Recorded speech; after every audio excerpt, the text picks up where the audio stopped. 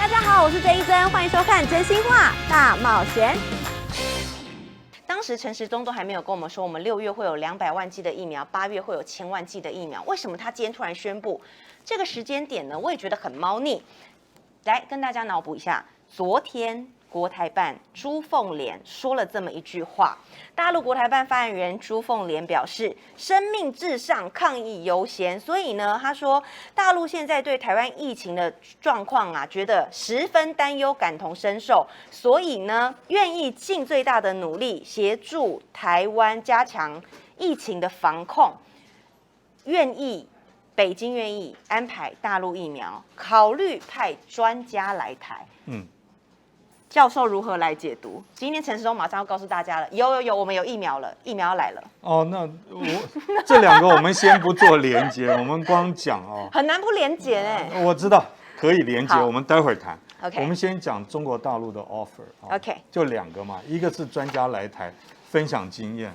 我跟各位讲，其实这个目前两岸已经断线了5年了哦。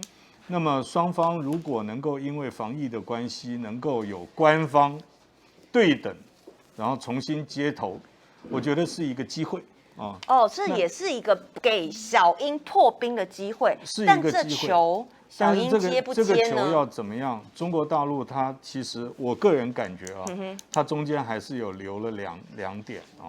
第一个，他是说大陆疫苗，但他并没有说台湾人可能相对比较放心的，就是大陆代理的德国疫苗 BNT 疫苗。如果把 BNT 跟大陆的这个所谓科兴、国药这些把它分开来，那很可能大家感觉到中国大陆的善意会有不同。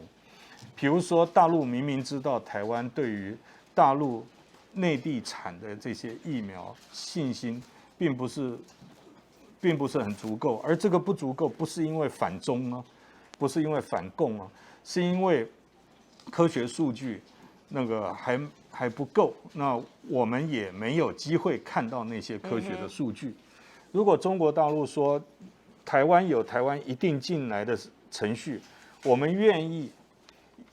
们为了台湾人民，愿意把所有可以让中国大陆疫苗可以进来，完全符合台湾的程序跟标准。如果这样讲的话，那个诚恳度啊，马上就飙高了嘛。另外一个派人来，老实讲，各地方的疫情不一样，防控的方法不一样。老实讲啊，你现在碰到10个人，他会有12种以上告诉你怎么样来抗疫啊的这种手段。所以实际上，大陆的专家，如果你真的觉得要有意见的话，没关系，开视讯 ，OK， 你不一定要派人来嘛。对不对？你派人来，我要不要给你这个泡泡？然后你的人来了以后，会给我的防疫的指挥部门啊，就是头脑啊，但教授，你讲到制造更多的困扰。那你讲到这一点呢，我就觉得，但如果说今天如果朱凤莲说我们愿意开视讯，跟我们愿意派人来，你觉得？这方面是否是在中国大陆有释出某方面的善意？我觉得我基本上认为，中国大陆今天会这样讲，是在试水温吗？在两岸关系那么坏的情况之下，大陆愿意这样讲，基本上是一个正面的。我们不否定中国大陆有这样子的一个正面这个善意的这种想法，但是在表达的方式上面，如果没有办法让台湾感受到那个善意的话，很可能要修正一下那种说法，比如说派专家来，当然是也很重要，因为专家来他可以分析你的 case， 或者是分享那个经验，面对面的谈，效果当然是比视讯要好，我知道。但是能不能够派专家来？如果后面加一句，我们愿意派遣中国大陆专家来，透过海基会、海协会，由双方政府的卫生部门来共同这个商议，那么由中国大陆有经验的人士、防疫有经验人士来跟台湾的这些防疫的指挥官员或医疗体系的负责人来分享经验，这样讲漂亮多了。但是问题就是，觉得这样子跟陈时中谈得了吗？哎，我只是抛一个问号，教授不用回答。我知道，我完全了解。谢谢我们路过的上学员给我们的斗内，他说：“我个人支持地方政府应该先自己去买疫苗，不要等中央，不然会很惨。到8月可能还是没有疫苗可以打。如果有大陆疫苗，我愿意先打，至少比 AZ 好。有大量疫苗才是王道，其他都没用。”他说呢，指挥中心每一天公布无意义的数字，回归。都在校正回归，浪费大家的时间。他说以后1个礼拜开一次，一次回归1星期就好了。的确，信心问题嘛。这个如果我们把政治抛开的话，只要能够想办法拿到疫苗，是合乎政府法令进来的啊，经过一定的科学的检疫程序，因为政府还是有法规，大家要守法。但是呢，你说只准中央买，地方不买。很可能现在大家会觉得说，可以。如果疫情再严重，也许大家会认为不可以。对。那这个东西，它有一个 curve， 就是有一个，当那个抛物线过了一个临界点以后，大家的认为疫情严重到，大家认为政府中央没办法买，地方可以买的话，那同样的中央政府会有很大压力嘛。但是我再反过回来，从政府的角度来讲，如果说开放地方政府来买的话，其实那个地方政府有的就有可能可以先买到，比中央先买到。好，我们来说有没有可能谁先买到呢？好，但是现在是谁在卡谁，还是我们真的买不到？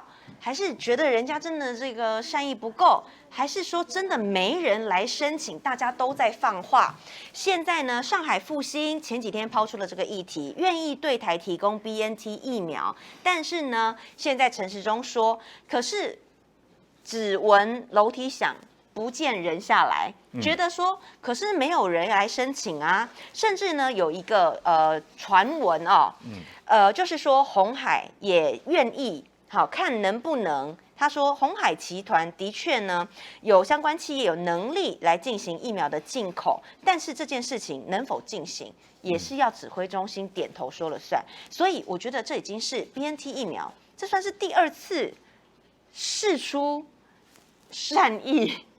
你到底要不要买啊？你一句话，你买不买？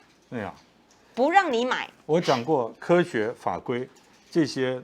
如果可以的话，我认为该可以进口的，应该都让它进来，因为我们现在最重要的是要管控疫情。那么大家政治的问题啊，要拿开。我所有政治考量我都知道，你要我都可以讲给你听，为什么今天会这样？我就是想听这个。那为什么 BNT 一直来不了？我随便举一个例子好了。好，如果中国大陆说，如果我们说地方可以买。金门连机场的那个筛检站都被拆掉了。对，为什么？因为中央作为中央政府，他很怕失控嘛。也就是说，另出多门。这是不是有一点像是很怕底下的诸侯叛乱？就诸侯不听中央天子的话，而是让中央，就是说，中央是负责全国的嘛，所以他基本上就是端那个水啊，希望能够端平那一碗水。那如果说这个水有点歪掉的话，那他对于其他的很难交代，那而且会让自己弄得很难看嘛。今天我举一个例子好了，希望大家，我这只是举例啊，只是我兵棋推演中间的模拟的一个想定，只是一个举例，绝对没有散布谣言或者是这个头发热乱想。今天如果说金门县、连江县，他有他自己的管道，他可以获得这个疫苗，不管是 BNT 的 ，BNT 当然最好，或者是大陆的疫苗。我相信那个对中央来讲，当然会觉得这一局就被中国大陆搅乱了。就是中国大陆掌控权不见了，就等于是离岛是觉得大陆先出手，那中央政府在台北救不了，或者是说没有办法改善这个情况。然后一切都用法规或者是非常冷的数据跟文字去压这个我们的外岛。但是那如果我们以国外来看呢？在国外，比如说像美国呢，他们地方政府是有办法去，还是说其他国家他们是地方上是有办法？这跟地方我说这跟中央流行，这个就是另外一个问题了，了，就是地方自治的问题。对，就地方自治有多少权限 ？Again， 我要讲，法规上面可以给在宪法的解释上面，依照地方自治条例可以给地方决策的东西，如果放宽解释的话，可以做的话，我们就可以避开宪法官司 ，OK？ 因为法律是人去解释的。那么，所以我觉得目前我自己在政府里面做过事，我了解啊。站在中央政府的立场来讲的话，全国统一非常重要，不然的话我很难做，会没办法管控。也就是说，它的这一碗水啊不平啊。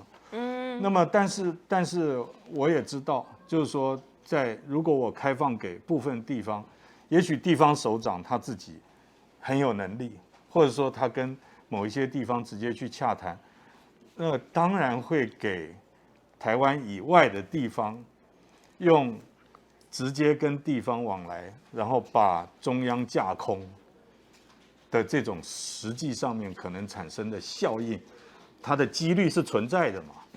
那么所以我们就要看，我刚刚讲过，就是这一个 curve 啊，就是说目前来讲，我们认为要中央统一指挥、统一调度、统一口径。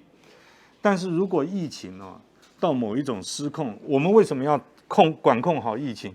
就是当疫情啊牵涉到这个太过到我们一般所忍受的程度，不管是目前大家自我软性封城，就是到有一天大家都受不了了，到有一天大家受不了的时候，大家就会说 no， 我不要听你的。而且现在呢，很明显哦，光是这个校正回归就已经让部分民众会觉得说，对于指挥中心这个数字，我每天都有疑虑，因为每天都在校正回归。那疫苗为什么不能校正回归呢？大家现在有一个疑虑哦，所以是不是大陆代理都不行？是不是听到上海就不可以？那我知道，我自己做过一个小小的非科学性、非普遍的民调，尤其是针对年轻人，就是差不多20岁左右的。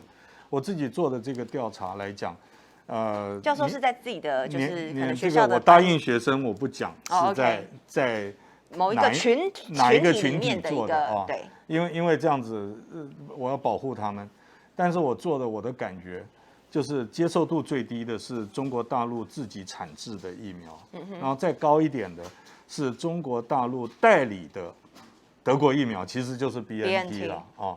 那么另外还有一个不在这个之间的啊，就是说撇开中国大陆因素，纯粹我们国产的疫苗，高端呐。对，我是用高端来问，其实施打意愿还不如 AZ 耶。就比例上来讲，你问了大家多少款疫苗，大家给你这样的答案？我问的疫苗就是目前台湾可以有的，就有新闻报道的。那现在就是 AZ 是已经在手里面的。对。另外一个就是蔡总统讲说7月嘛，就是国产高端嘛。那这就2种。那我就发觉，我所问到的年轻的朋友，他的基数还算不错，大概都70个。我发觉那个比例啊，愿意打国产疫苗的比例低于 AZ。那么这我也很困惑，因为这有很多科学的东西啊，不是我学国际政治的可以继续去这个研究，因为我要看很多资料，我才能够讲说为什么第2期可以打啊，就是完成第2期实验就可以打。对，这可能要比较专业。对，那个要专业来讲，但是就目前大家已知来讲，还有。我把所有的资讯分享给我调查对象来讲的话，我所得到的结果就是，如果以 AZ 跟国产来讲的话，年轻朋友啊是比较相对来讲，还是希望是国际认证，或者是世界上有很多人施打过的疫苗为排优先。这个是我得到的结论。没错。